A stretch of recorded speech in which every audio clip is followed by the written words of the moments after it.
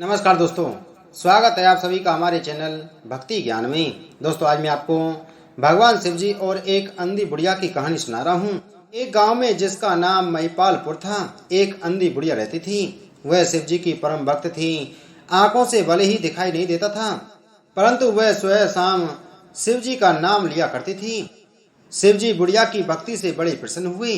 उन्होंने सोचा, यह बुढ़िया नित्य हमारा स्मरण करती है, परंतु बदले में कभी कुछ नहीं मांगती। भक्ति का फल तो उसे मिलना ही चाहिए। ऐसा सोचकर शिव जी एक दिन बुढ़िया के सम्मुख प्रकट हुए तथा बोले, माई, तुम हमारी सच्ची भक्त हो। जिस श्रद्धा व विश्वास से हमारा स्मरण करती हो, हम उससे प्रसन्न हैं। अतः तुम जो वरदान चाहो हमसे मांग सकती हो। बुढ़िया बोली, प्रभु, मैं तो आपकी भक्ति प्रेम भाव से करती हूँ। मांगने का तो मैंने कभी सोचा ही नहीं, अतः मुझे कुछ नहीं चाहिए। शिव जी पुनः बोले, हम वरदान देने के लिए आए हैं। बुढ़िया बोली, मुझे मांगना तो नहीं आता, अगर आप कहें तो मैं कल मांग लूंगी। तब तक मैं अपने बेटे व बहू से भी सलाह कर लूंगी। शिव जी कल आने का वादा करके वापस लौट गए। बुढ़िया का एक पुत्र व बहू थी। बुढ़िया ने सारी बात उन्हें बतलाकर सलाह मांगी।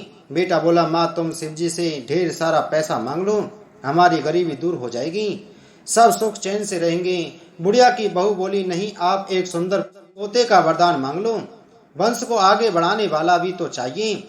बुढ़िया ऐसे बेटे और बहू की बातें सुनकर असमंजस में पड़ गई। उसने सोचा, यह दोनों तो अपने अपने मतलब की बातें कर रहे हैं। बुढ़िया ने पड़ोसनों से सलाह लेने का मन बनाया।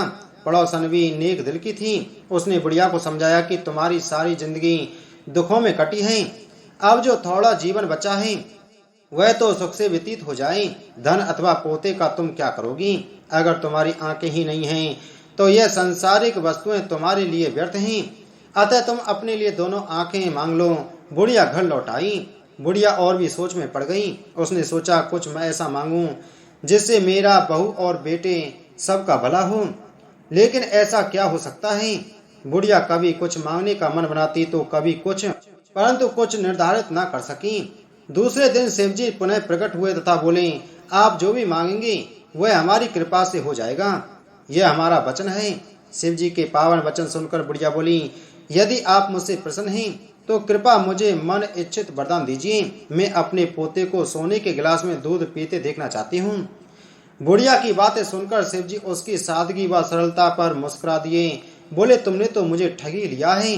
मैंने तुम्हें एक वरदान मांगने के लिए बोला था, परंतु तुमने तो एक वरदान में ही सब कुछ मांग लिया। तुमने अपने लिए लंबी उम्र तथा दोनों आंखें मांग ली हैं।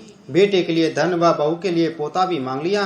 पोता होगा, ढेर सारा पैसा होगा, तभी तो वह सोने के गिलास में दूध पिएगा।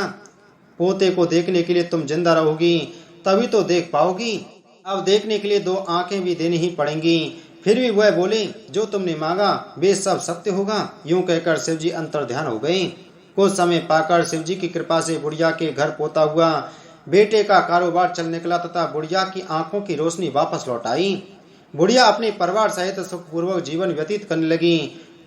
तो इस प्रकार एक भक्त बुढ़िया ने भगवान शिव जी को अपनी चतुराई से ठग लिया।